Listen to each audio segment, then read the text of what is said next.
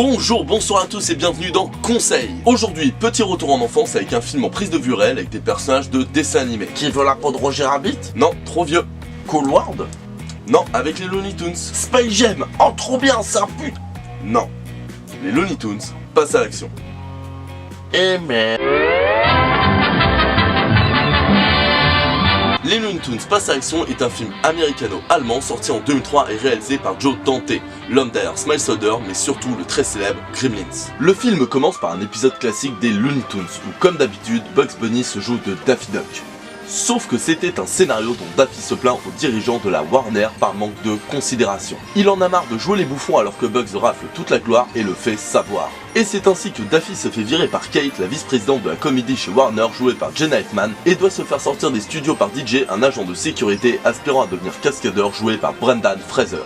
Sauf que sortir un Toons des studios c'est pas si simple, et après une course-poursuite des plus Looney Tunes, lui et Daffy provoquent une catastrophe, et DJ se fait virer également. On apprend alors avec un appel par la télécommande, tout est parfaitement normal, qu'il est le fils de Timothy Dalton, l'un des interprètes de James Bond au cinéma. Timothy révèle alors à JD qu'il est un véritable agent secret et qu'il a besoin que son fils retrouve un diamant appelé le singe bleu. DJ se retrouve donc à partir à l'aventure en compagnie de Daffy.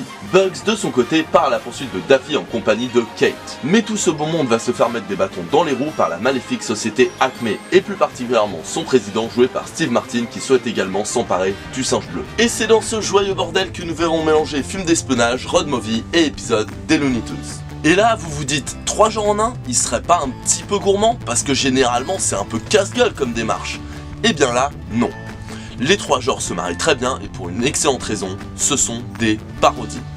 Et là, je sais ce que vous allez dire. Pour l'espionnage et le road movie, d'accord, mais une parodie des Looney Tunes? Eh bien oui, une parodie des Looney Tunes également. L'esprit est parfaitement là, mais le film joue avec les codes des Lone Runners. On retrouve des gags classiques des Looney Tunes, mais également des références et des détournements, ainsi que de toutes nouvelles blagues, toutes fraîches, toutes belles.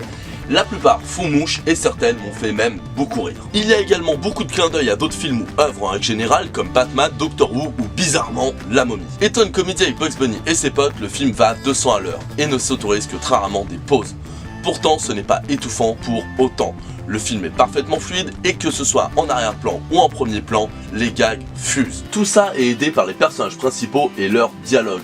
Bugs Bunny et Daffy, bien sûr, qui sont égaux à eux-mêmes, avec malgré tout une profondeur inattendue. Bon, évidemment, c'est pas non plus un grand moment shakespearien, mais on peut voir des expressions autres que le rire, et surtout chez Daffy. Et ce film nous offre même une vraie relation entre le lapin et le canard. Leurs échanges et leurs dialogues nous font facilement croire au fait qu'ils se connaissent depuis des années et qu'ils travaillent ensemble et au sentiment d'infériorité de Daffy. Encore une fois, ce n'est pas non plus une relation philosophique digne des plus grands, mais c'est le genre de points qui permettent de rendre les personnages crédibles et réels. DJ et Kate, de leur côté, sont sympas, mais sans plus. Kate est assez oubliable avec son côté femme active qui a malgré tout des faiblesses. Et DJ, lui, même s'il n'est pas grandiose, est assez sympathique par son côté mi-loser, mi-héros. Mais tout ça est sublimé parce que, Brendan Fraser.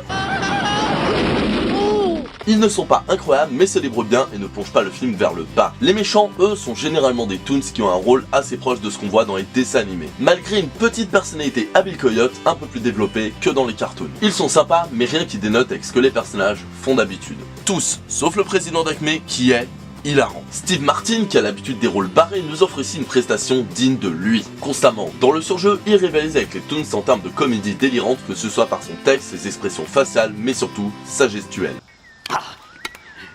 Sélection.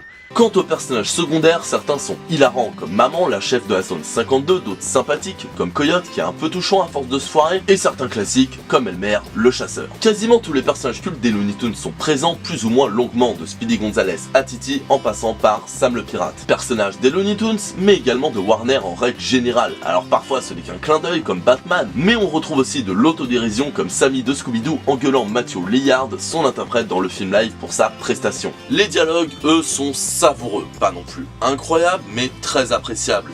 Les références, les vannes et les conneries fusent, et ça rajoute à la dynamique du film. Mais bon, le côté speed et foufou n'est pas surprenant de la part de Joe Dante, mais également du scénariste Larry Doyle, qui a fait plusieurs épisodes des Simpsons entre 98 et 2001. Une dynamique que le visuel renforce également. Alors les humains ont l'air un peu trop sages, un peu trop ralentis comparé au Toon et à Steve Martin, mais ce n'est pas un problème.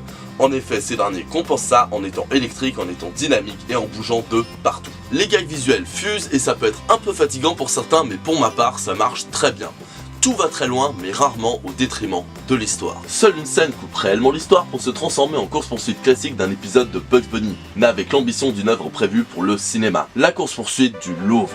Mais franchement, ça vaut le coup. Les références au tableau des grands maîtres sont très bonnes et les gags à la fois bien trouvés et maîtrisés. Et on sent que c'était une scène que Joe Dante désirait vraiment tant elle est géniale. Les échanges entre les personnages en prise de vue réelle et les animations sont généralement bien faites malgré quelques imperfections, mais ce n'est pas étonnant de la part du studio qui a fait Space Jam. Oui, enfin, compare pas les deux s'il te plaît. Et pourquoi ça? Ok, les Looney Tunes passent à l'action, c'est sympa, mais Space Jam c'est une tuerie. Vraiment? Ok, Space Jam, c'est cool. Il y a de bons gags, Jordan joue pas trop mal, certaines musiques déchirent, et voir Bill Murray dans un film, c'est comme un bonbon, ça se refuse pas. Sauf que dans les faits, le film est pas si ouf que ça. L'histoire aussi entre délire à la Looney Tunes et le semi-biopic sur la vie de Jordan très premier degré, et ça rend le tout un peu bancal. On doit prendre la vie de Jordan au sérieux ou alors on doit rigoler avec les Looney Tunes? Et franchement, l'histoire, quel gâchis. Alors oui, le proprio d'un parc de l'espace qui veut Michael comme attraction, pourquoi pas? Mais ça aurait été plus cool d'aller dans l'espace plutôt que tout faire sur Terre. Il n'y a pas vraiment de vrais personnages, de vrai développement, tout ou presque est une excuse pour enchaîner les sketchs. Et dans l'idée, pourquoi pas? Mais rajouter l'histoire de Jordan à des gags qui ne servent aucune histoire laisse un goût de pub sans envergure beaucoup trop prononcé. Le film n'est pas mauvais, donne un bon sentiment de nostalgie et dans l'absolu je peux accepter la pub géante. Mais même si on oublie ça, l'humour n'est pas toujours au top. Et comme je l'ai déjà dit, le film a du mal à être un vrai film. Alors que de l'autre côté, les Looney Tunes passent à l'action, ben comme je l'ai dit, c'est un bon film. C'est peut-être dû au fait que le film a été réalisé 10 ans après ou que Space Jam a été produit dans la douleur, mais ça n'empêche que le résultat est là.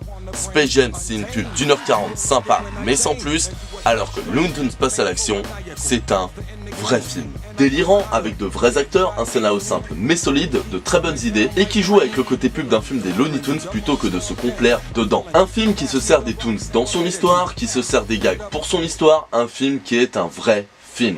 Pour conclure, si vous êtes fan de Bugs Bunny et ses compères ou de ce type d'humour, je vous conseille les Looney Tunes passe à l'action, ainsi qu'aux enfants de votre entourage. Ce n'est pas un chef-d'œuvre, mais un divertissement de qualité avec un très bon réalisateur aux commandes.